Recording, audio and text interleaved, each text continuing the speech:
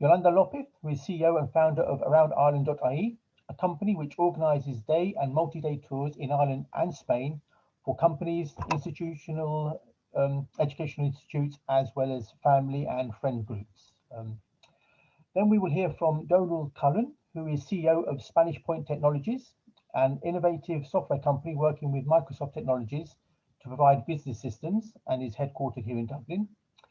And then finally, we will hear from David Fernandez, who is CEO and founder of aprendingingles.com, which for over 5 years now has been supporting and helping foreign students coming over to Ireland to learn English.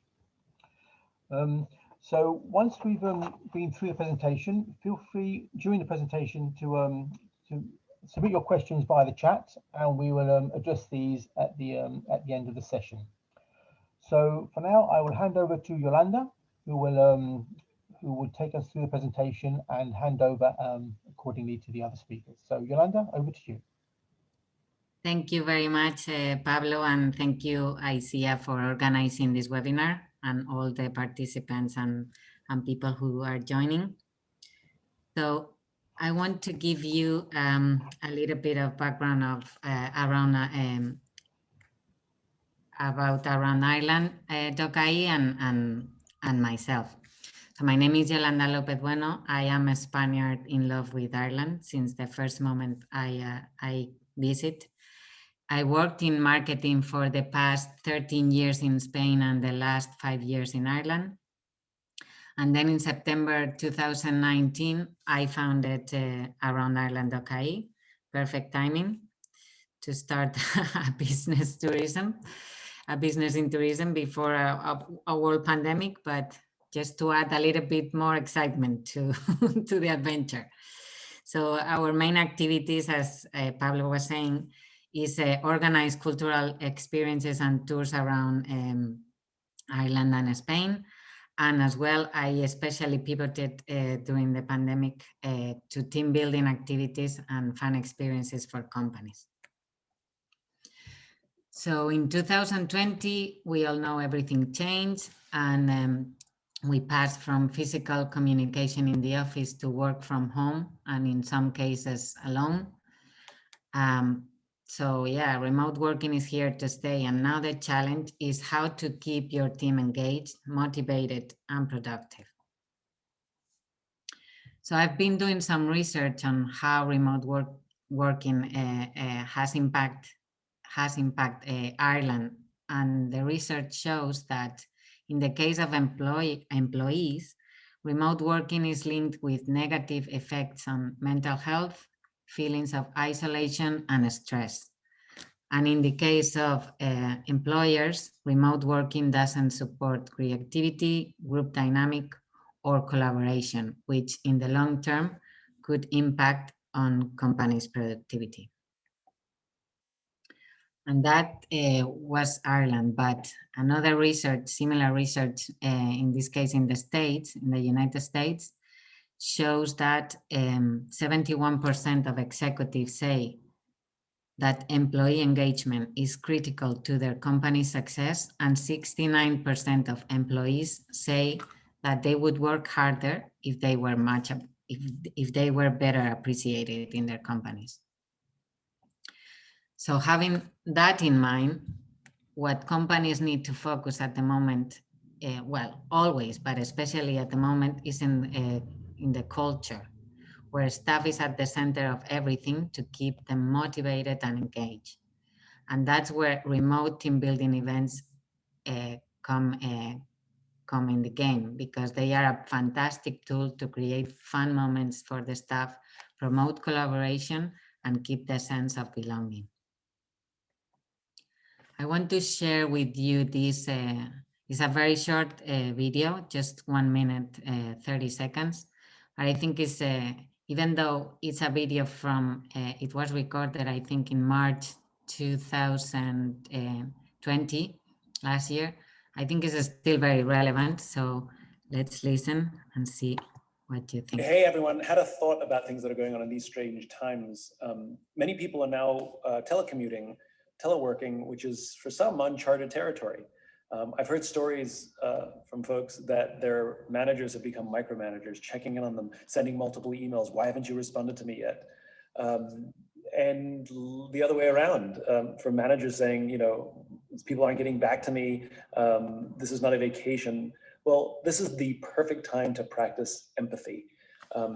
If we're trying to get hold of someone and someone's not readily available, instead of sending more and more and more emails saying, where are you? Pick up the phone and ask, how are you? I haven't heard back from you. Are you okay? I'm worried about you. Remember, we're trying to find our new cadence. Also, people are stressed out and these are paranoid times. And also, we don't know what's going on in people's families. So the best thing we can do is actually care about each other. Call up and check in on someone. And it goes both ways. If we have somebody who is micromanaging us, let us not assume they don't trust us, but rather maybe they're stressed out as well. We can also pick up the phone and say, hey boss, just want to make sure you're okay. Empathy is a great thing to practice now. And it also makes us feel closer to each other when we feel that someone's actually looking out for us as human beings. Take care of yourself, take care of each other. So that was Simon Sinek. Most of you probably know him. He's an international leadership expert. So let's take that advice. Hey. Not again. Okay, so let's see some ideas that actually we can implement in our companies and in your company right away. So you can organize virtual coffees, not work related, and it's just to schedule some time during the week just to check how are things going, to have a chat, or even to celebrate someone's birthday. Just make it casual and stress-free, but encourage the team to attend. Another one that is very interesting is to host a virtual work fundraiser. This one, what you should do is find a charity that you want to contribute to, that cause that resonate better with the company. Get in contact with them and start and let the people, let your team involved in the cause. And actually, I have a friend that a very good friend that works in Down Syndrome Ireland, and she always said that these kinds of events are very very successful because first on both sides actually, because for them obviously they fundraise money which are much needed, and for the companies because the teams tend to get together with the same goal, which is, you know, a good cause. So those are very good events that work in the companies. Another one that is becoming very popular is a Lunch and Learn program. In this case, these are just voluntary meetings where people from across your organization get together, share knowledge, and learn from each other. A sample of what you can organize, for example, is your marketing team can show some tips and tricks about how to better your LinkedIn interaction or profile or whatever, or how to use tools such as Canva or WordPress. And the next week you can get involved, get the finance team involved, and then they can show, for example, how to master Excel and things like that. Another one can be a friendly challenge. The obvious ones that everybody is doing at the moment are the ones to get people active, like walking and running. But also you can do, for example, the picture of the week or things like that, especially now that Ireland is blooming in the spring. So yeah, just to, you know, light the spirit a little bit. And then another one that is very popular as well is to create a book or a cinema club. These are just for the fun. Now there are some platforms even that you can share together and enjoy together a movie in Netflix or in Amazon Prime and things like that. And there is a chat room and people can, you know, comment and everything. It's a lot of fun. So that was to engage, and let's see some ideas to reward your team. So what can you do? You can plan a virtual party, just hire some entertainment, can be a magician, a comedian, a sports speaker, and start the party. Another one can be a beer or a wine testing and tapas. So you can, well, the important part on these events is that everything is delivered on time in everybody's home, so they can join, like they all have the same wine or the same food to taste. Another one event can be the cooking or painting classes. Also, to send birthday gifts to your team. It doesn't need to be a big thing. It can be just a card or a cake or something. But you know, it's a good reminder that you care for them. And this one that is becoming very popular as well. And I think actually maybe it's because I had to learn the language myself. But if companies encourage the staff to learn a new language, especially in Ireland, some companies have very international teams. So it would be fantastic to, you know, to get in the moment of people, you know, learn a new language in a small groups with the stress free of, you know, and the comfort from your home. Actually is good for everybody. It's good for the company because that can be, you know, helpful for opening new business, and for the people because it's a new skill that you learn, right? So what large organizations like Microsoft expect in the future is a hybrid work environment. So that means that not everybody will be in the office at the same time. So that's when the in-person team building events will need to be prepared as well, because, you know, we are going to be in a hybrid model. Companies are going to need more in-person team building activities to bring people together again, and in a very secure way, that you know, outdoors and everything, that no problem at all, right, with the COVID or anything. So we can see, for example, we can organize a combination of a cultural and fun day out to different cities. So for example, if the company is based in Dublin, you could go to Kilkenny, or you could go to Waterford, or, you know, there are plenty of activities that you could do in the outdoors. You can plan walking tours in your city, cultural fun. There are a lot of things that you can do. This one I like especially, the cycling, one of the greenways. I have done 2 of them actually. I can't wait to do more, but I recently did the one from Carlingford to Omith, and that was fantastic. It was not very long. It was just in total 14 kilometers, but the view was fantastic. There were restaurants and cafes in the way, and yeah, very nice. And then the ones that are more popular, which are the team building, the ones that promote collaboration, like Olympic Games, the corporate Olympic Games, or the treasure hunt and things like that. So yeah, that's everything I have to share with you. I hope you find it interesting, and I would be happy to answer if you have any question at the end of the webinar. Now I'm handing it to Donald Cullen, which is the CEO of Spanish Point. Thank you, Donald. Yolanda, thanks very much. Yolanda, you have the screen control, so you'll move the slides on for me. Is that correct? Perfect, I will. Yeah, so listen, I'm really delighted to be invited along here today, and I appreciate it. And you know, Yolanda's done some work with us, so I suppose she asked me just to share our experience, etc.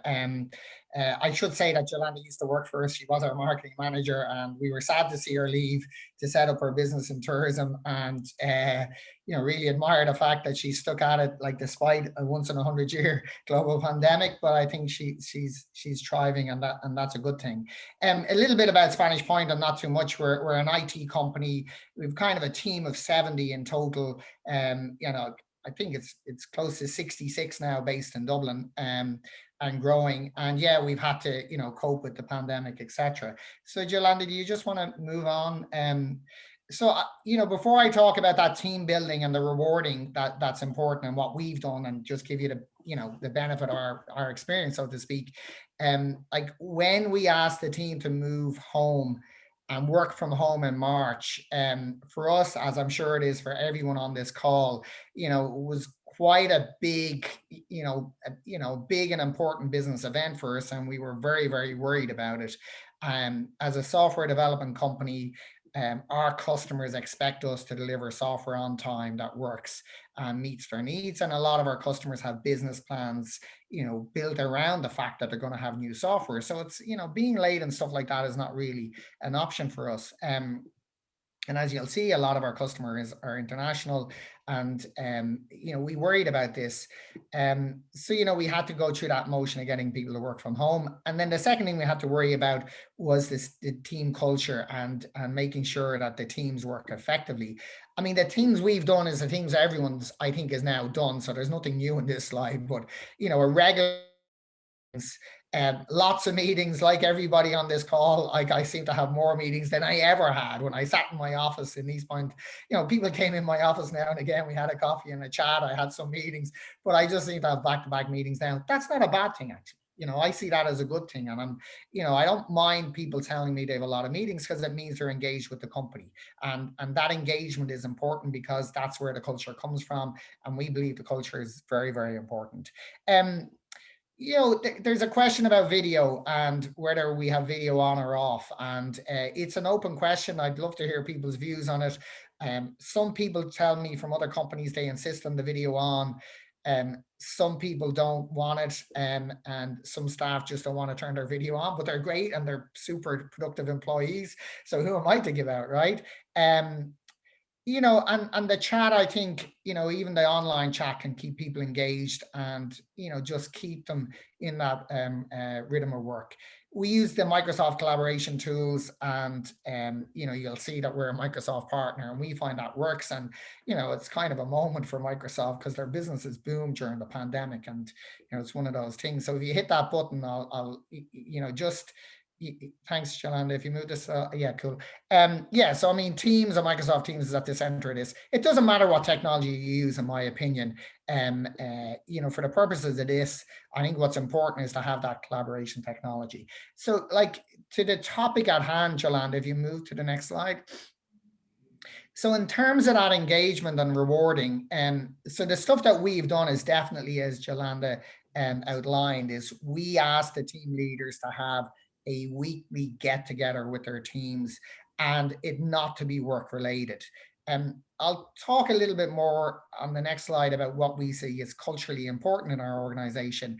But to get that and maintain that culture, we believe these meetings are important. Software developers, they're not like me, although I was a software developer, but, I've learned to be a bit more gregarious and outgoing over time. Not all software developers are famous for that. And a lot of them like to sit there, write their software with the headphones on, have a team meeting, contribute and move on. So they're not the kind of people who, readily often, contribute or speak up at these meetings. And I think you have to avoid the awkwardness. Calling people out and asking them to contribute when they don't want it is a danger.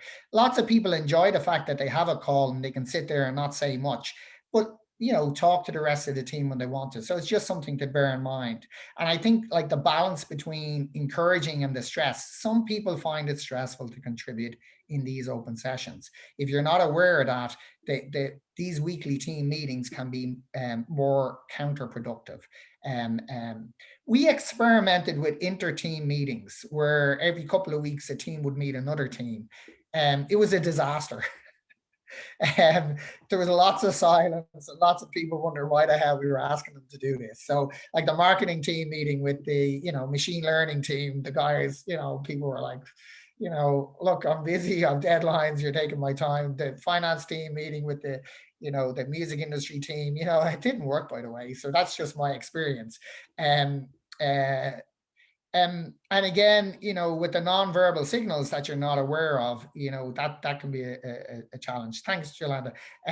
Moving the slide on. Okay, I'll move on. If that's a non-verbal signal to get going, I will. So we have organized events, and actually Yolanda's company has helped us with these events. And what we have found worked are the quiz nights. So getting everyone together, having random quizzes, so not our teams, so not allowing the teams to be formed from the original teams. So not having a team based on the machine learning people who would get all the technical questions right, not having a team based purely on the marketing team who would get all the social media questions and current affairs questions right, not having a team just of finance people who would get all the monetary questions right, but mixing the teams up, making sure there's a good balance. And then, we did fancy dress as well, and that worked, and that was popular. And again, people, cameras on, cameras off, we were easy about that. Picking a quiz master and somebody in the company who's known to be funny, and that can't be me, by the way, but somebody who is popular and funny, that worked very well. We're actually going ahead with the tapas and the wine tasting, and we're looking at doing that over, I think, 3 Fridays out. We were kind of holding off on that spend, and we have an annual Christmas party in Spanish Point, and it's very well known. We spend a lot of money on it, and we're happy to do that. And we were in that great Mexican restaurant on Frederick Street. Is it 777? And I mean, back then, actually, Yolanda was in charge of marketing. She kind of organized it. It was very popular. Lots of and it's one of the things we do. We often have a barbecue in the summer, and it is to build that culture. And we believe culture is super important.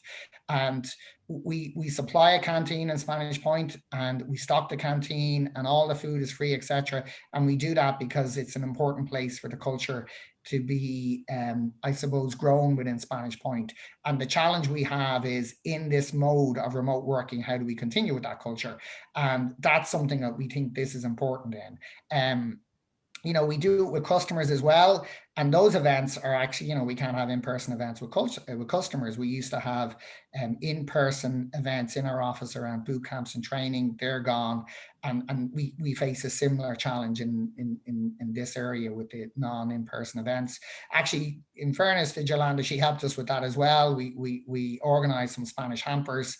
And I didn't know this, but hampers is a big thing in Spain at Christmas, by the way. And there's lots of different types, etc. And everyone gives one to everyone else.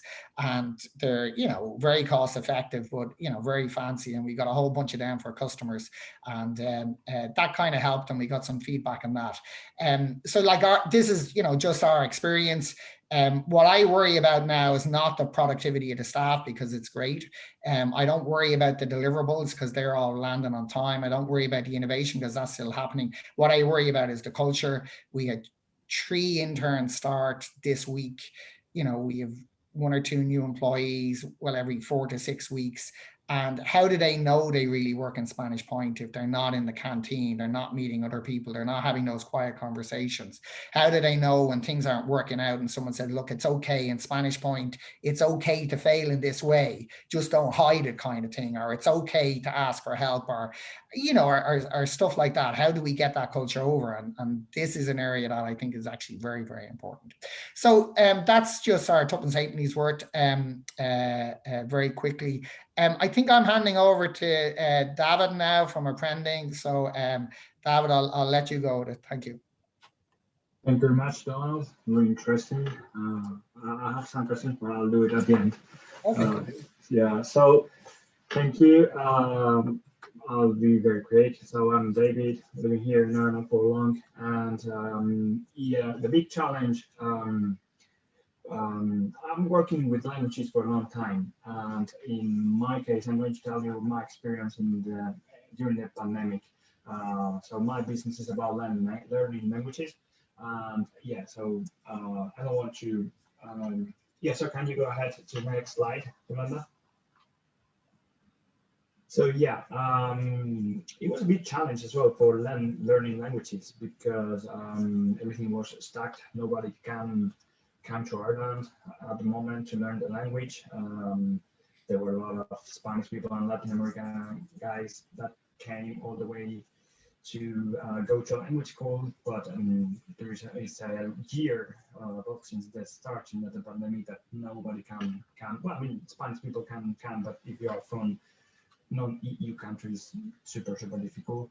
Yeah, and it seems that the online learning was the only way, right?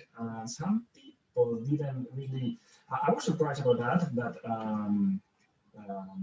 Some people don't really like the technology. They were they like chatting and socializing and touch, like Spanish people mostly. They at the beginning they didn't feel comfortable learning language in online. They don't trust in the technology, or they need to feel more comfortable surrounded by people. But even we have students for Spanish and for English. Some of the students are not that young. At the beginning they struggled, but I have to say that at the moment they are happy. Yeah, sometimes the connection is, I mean, you know, the delays, the gaps in the connection, but that's only happened, to be honest, not that often. And I think the materials are quite good because you don't have to rely now on the handwriting of the teacher. I don't know if that happened to you, but I remember being in a classroom and some teachers are like doctors. They write and it's like, what are you putting on the whiteboard? And so now you have a PowerPoint, you have a presentation, and the material is super clear. You can include images, you can include videos, and as I said at the beginning, it was a challenge for some students, but nowadays some of them told me that they are not going back to a physical place because they save a lot of time commuting, and they feel very comfortable with multimedia environment, to be honest. Even, yeah, in the next point, I saw that shy people weren't that shy on an online place. It's like they are at home, they are in their couch where they watch Netflix. So maybe they are in the couch, in the living room, or in a room. And yeah, shy people are getting a lot of advantage in the online things because they're not that shy. And that's my impression, okay, from the last 2, 3, maybe 5 months that we are running. Well, you know, in Spanish we are running the classes for maybe 10 months. But yeah, I see that. Like even the teacher, maybe you think that it's not that easy to handle the students, but with the camera and with the microphones, I think it's easier and not different. Okay, not easier, but it's different. Yeah, this is another important point. I remember when we had the language school in Madrid. It was in a venue, in a place, and I tried to record classes. That was like maybe 5, 6 years ago. I mean, it was impossible because you had to put a camera in the classroom, and then people say, no, I don't want you to. I don't want you to record it. And even I didn't have a very big place, so it was very difficult to put a camera in the classroom in front of the students and recording the teacher and the student at the same time. It was a mess. It was even the sound terrible, no? And nowadays it's super easy. You can record screen, you can record as we are doing now, right, in the webinar. So that's a super advantage for some of my students. And this is the online thing. You can watch the class after. If you miss a class, you can watch it later, or even not only if you miss a class. If you want to study a little what the teacher said, maybe this day you were sleepy or whatever. So recording the class and letting students watch it later is a super advantage. And as I said, some of them are sometimes attending the class from the work, from the office. There are some of them in Spain are still going to the office, but I see that people are not that tired as they were in the language school because they don't have and maybe they finish working and they could have a snack or a Coca-Cola or Coke or something, and they feel more comfortable. That's what I see. That's my impression. It's super interesting. We'll see. So let's go to yeah. And yeah, I mean, I used to be an IT guy, and but even me, sometimes I thought that I prefer to see the things rather in a physical place. But I'm realizing that people are socializing in the language class. It's not only to learn a language. I think the pandemic caused it a big problem. I think for most of us, like we were in the lockdown, we couldn't move from home, or maybe for kilometers, and we couldn't socialize. And or not, yeah, not only with the people we know. Some people I could see that some people wanted to knew more people. That was difficult with the pandemic.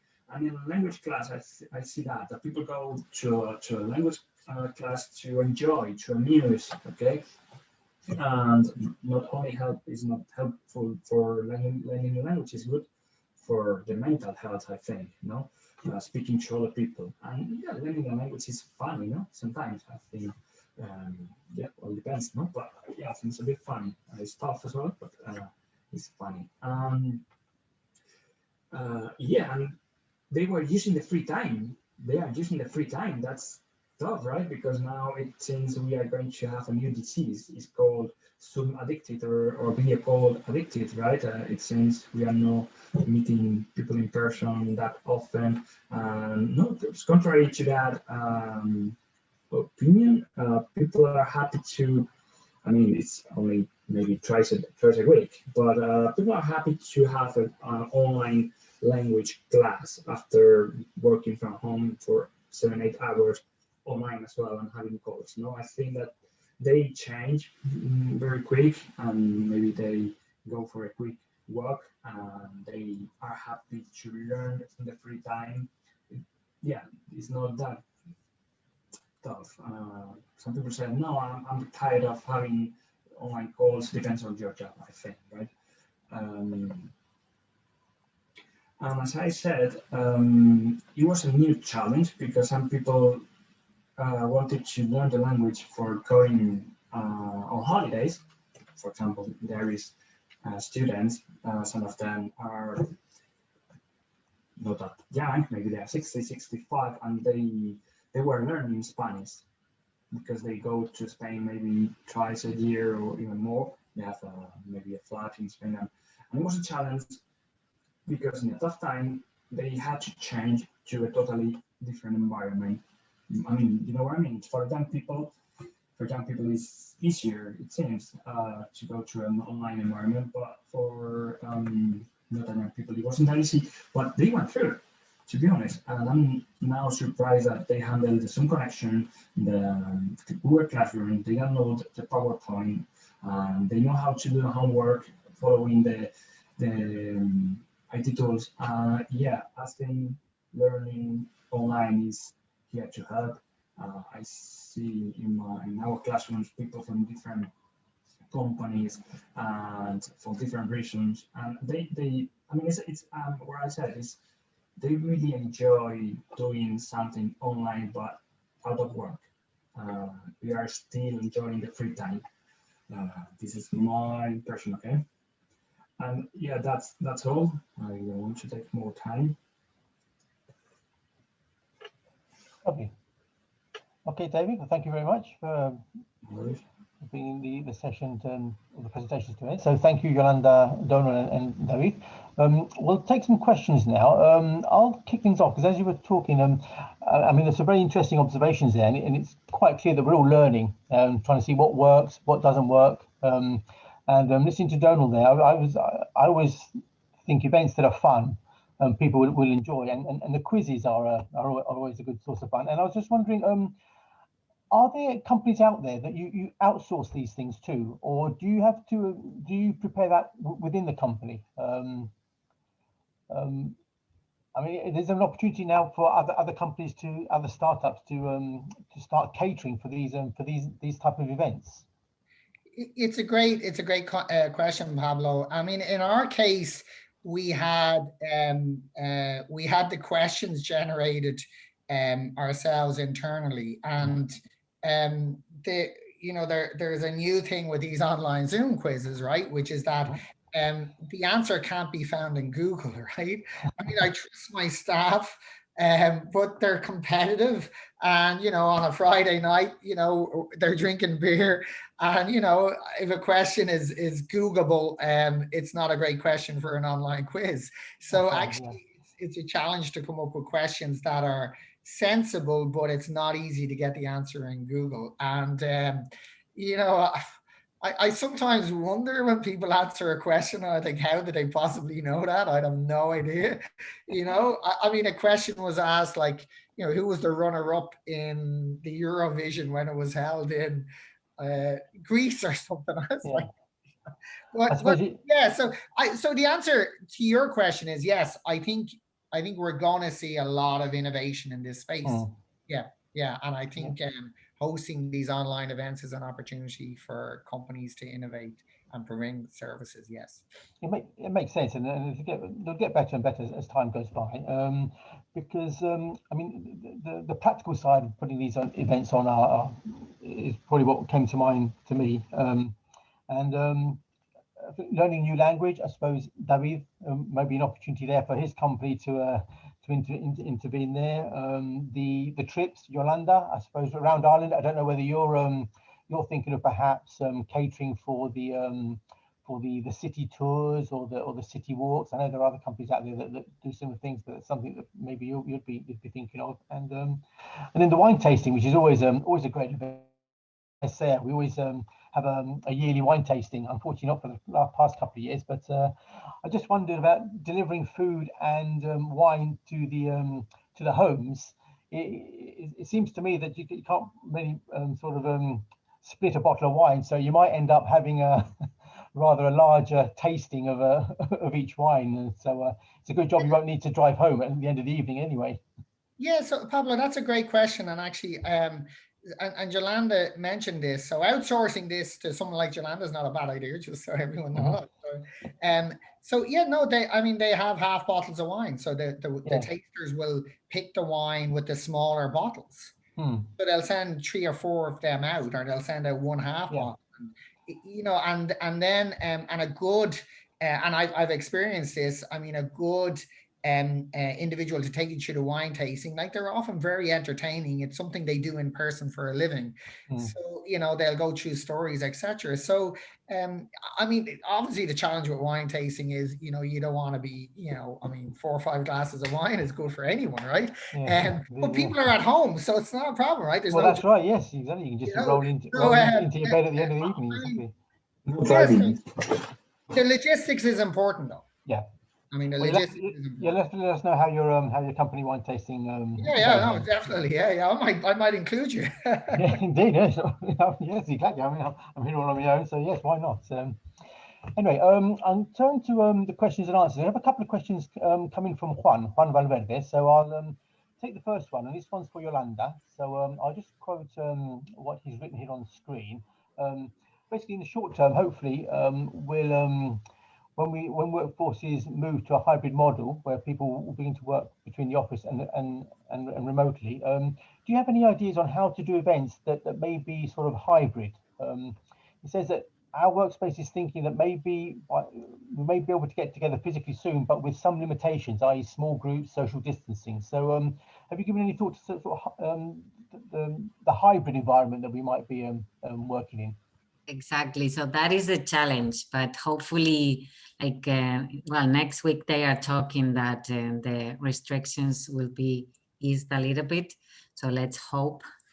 But so in my case, with Around Ireland, what we are doing is we are doing walking tours. For example, in May, we are starting one with around a U2 walking tour here in Dublin, which is a combination of U2 history and the history of Dublin when the group was growing up. And yeah, that's kind of very interesting. And then a hybrid event would be that when we can get people together in a bus, for example, it won't be as it was in the past, but it will be if, for example, we have a group of 20 people, we will need a bus of 40 seats. So that way, everyone has their own seat, you know, they don't sit together with anybody else. And then the activity would be outdoors. So for example, it could be a cycling the Greenway, for example, I was mentioning earlier in Carlingford, or prepare a barbecue in the Wicklow Mountains while you have a hike, while you do a hike or something. So yeah, everything will have to be, or should be outdoors, or in a, you know, preparing a restaurant or in a garden or things like that. Yeah, of course. Basically, just adapting to the situation, I suppose. Try and put on the events which we would normally put on, but tweaking it to in order to comply with the rules. Yeah. And of course, exactly, following the rules. If everybody has to wear the mask, we will provide, you know, hand sanitizer or whatever is needed. But the idea is, of course, to plan it outdoors. Very good. Okay, we'll move on to Juan's second question, and this one's for everybody, so I'll just read it out and then see who wants to jump in there. What is your experience on helping people to engage more in remote meetings? It seems that sometimes it's always the same people that keep the camera off and participate less throughout the meeting. As a manager, how can you double check or mitigate there is no mental health or isolation issues happening? So I don't know which one of the three of you would like to take that one first. Yeah, I mean, I don't. It's a great question, Juan. And I mean, I didn't cover it today. You know, maybe I should have, won. So yeah, I mean, this is this is well, as I said, it's a good question, and something that, you know, we have to cope with. So my own view is that forcing the camera on is a bad idea. My own view is that forcing participation for individuals who don't want to participate is a bad idea. I think the point around empathy that Simon made and the video Jolanda showed earlier, I think is important. You know, I'm the CEO of Spanish Points. It's not a great idea if I ring up people and ask them how they feel, just, you know, as a matter of course, because, you know, for my direct reports, that's fine. But for everyone else, if they get a call from the CEO, you know, I mean, it's often like, you know, stressful, right? And we've got to be careful that it's not trite or it appears like shallow. But actually, I do want to know if people are okay, and I am asking team leaders. And if people aren't participating, then we're asking their team leader to contact them directly and ask them, are they okay? And that's a great question to ask people. So I have a rule that I start every conversation, not on business, but, you know, how was your weekend? How are things? How are the kids? You know, I mean, for my direct reports, I genuinely, you know, I meet these people every day. We have common interests. And I think that's important. That people skill is going to be more important going forward for managers than in the past. And identifying where these individuals, who these individuals are, and seeing those signals is important. So if someone was always engaging and stops, trying to find out what's driving that, and offering help and assistance is going to be important. So Juan, it's a great question. And there are some people who are definitely suffering. And there are some people who, you know, particularly young people who, you know, wherever they stay, the office is actually a better place for them in some reason. And, you know, now they don't get that opportunity to go to the office and be in a different place, which might offer them a change. You know, that's a challenge. So the only way is, I think Jolanda's video is important, is to ask, how are you? But if you've never done it before and your company's never been interested in people, now is a bad time to start. But never starting is bad as well. So, you know, you're going to have to get there. Yeah. So that's my take on it. Yeah, so I'd say that the video of Simon's came to mind to me too whilst reading this question, and I always find that in meetings, there's never, you should never put anybody on the spot. I always find that is the worst thing, because the people would just clam up basically, and it's a case of empathizing and coaxing the participation, if you like, over a series of meetings. I mean, the more serious part is those that might be feeling isolated, and I think that's where you need your team leaders, your departmental heads that have more of a direct relationship with those people to try and ascertain what may be wrong, and then come to you, Donald. I mean, as you say, the CEO ringing you up is very intimidating, and is probably not to be done. So I don't know, Yolanda, David, do you have anything to add on that question?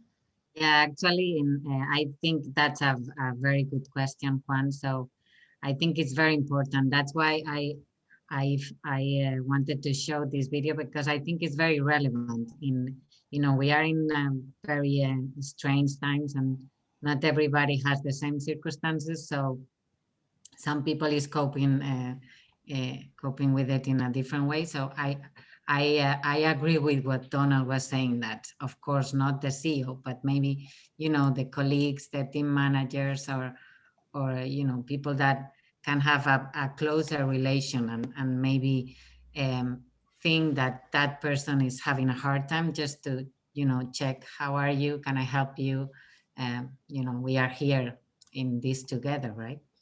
Mm-hmm. Okay, I don't have an answer.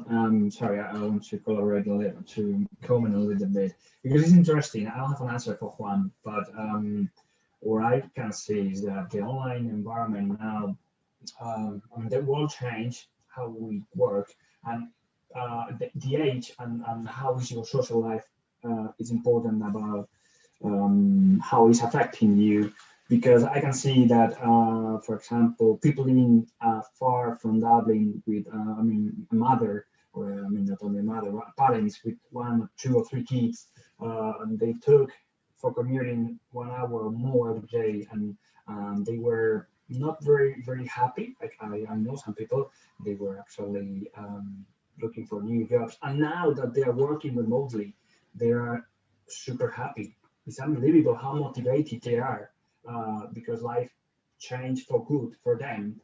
I'm sorry, I think sometimes it's not good to say that life changed for good in the pandemic time, but it is. I mean, there are good things and bad things, and I can see that now. A lot of workers are happier working remotely, because they don't have to spend 1 or 2 hours every day, and they can take care of the kids.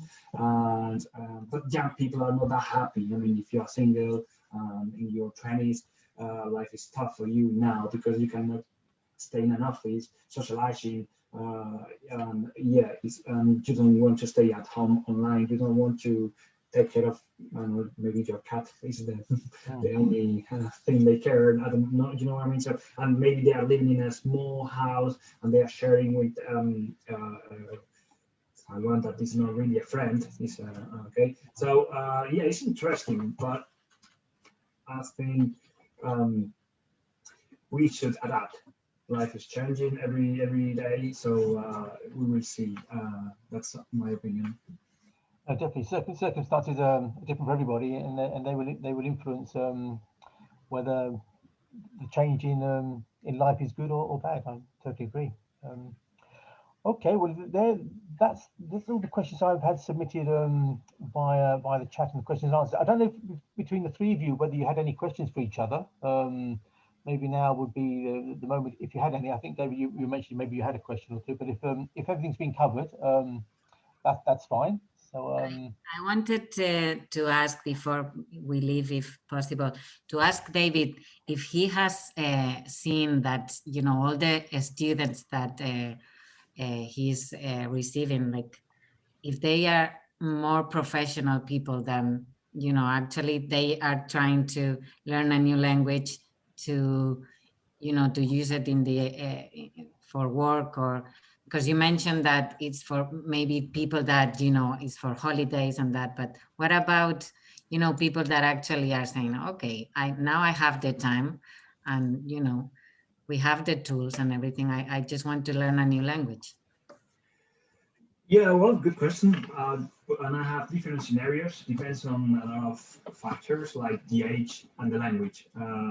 But the language, I mean, the Irish people who are learning Spanish, for sure, it's not for professional reasons, because yeah, they don't need it maybe. But for example, I have one student that is thinking about to move to Spain. Uh, and so yeah, it's for professional reasons. Yeah, and yes, for pleasure. Learning Spanish is for pleasure more than yeah. But at the same time, I say that I have like university guys learning English or even professional learning English. I mean, I have a different profile in English, and it's not very different in this case. It's the same profile that I had in a physical place years ago. It's university students or professionals that want to improve their job. But it's interesting that I think it wasn't like that before, but now they are really learning English to move abroad. It's interesting because before it wasn't like that. They just wanted to learn English to improve their CV, to have a title and to speak English a little bit. But now I think it's different. One student today told me that she passed the exam, so she's moving to the US, and other guys are thinking about to move to Ireland, and maybe with my help. But yeah, so I think now it's different now, maybe because of the pandemic. And the situation in Spain or wherever, they are thinking about to move abroad, and that's good. No, I think when you learn language with a target, it's much better than without it. Okay, that's very good. Thank you. You're welcome. Before we wrap up, one last question for David from Juan, and he's asking whether the new entertainment platforms such as Netflix, Amazon Prime, etc., whether these platforms are having an impact on people being more interested in languages with the popularity of some of the Spanish or the French dramas that have been on. Have you found an increase in in people wanting to take up languages? Yeah, for sure. Yeah, there's a very good Spanish TV series, Money Heist in English. I don't remember now in Spanish, but yes, Netflix is helping the world to learn languages. To be honest, yeah, it is, and even you can choose the language. Maybe you can watch the movie just for a few minutes and then switch it to your native language. And yeah, there are a lot of options, and Netflix is helping a lot. We had it there in YouTube, for example, but it's very comfortable to use the remote control in the couch. Just put the button, and you have a lot of content in different languages with subtitles that I always tell my students, don't worry about subtitles, use them until you feel comfortable without them. Yeah, of course. Yeah, of course. Netflix is helping. People are more encouraged to watch movies in different languages. Yes. Very good. Thank you, David. Lovely. Well, in that case, I think we'll bring the webinar to an end. So I'll just thank Yolanda, Donal, and David for your contributions there. Very interesting indeed. And the session has been recorded, so that should be available on ISEA's website, isea.ie, where you can also find information on past events and membership. So thank you, everybody. I think, yep, Juan says thank you very much too. So thank you from everybody involved with ISEA and from Tony, and look forward to seeing you again soon. Maybe in the next few months we'll be able to get together and have one of those events, socially distanced events together. Hopefully. So, thank you very much, everybody. Take care. Thank you. Bye bye. Bye bye. Bye bye. Bye. Thanks.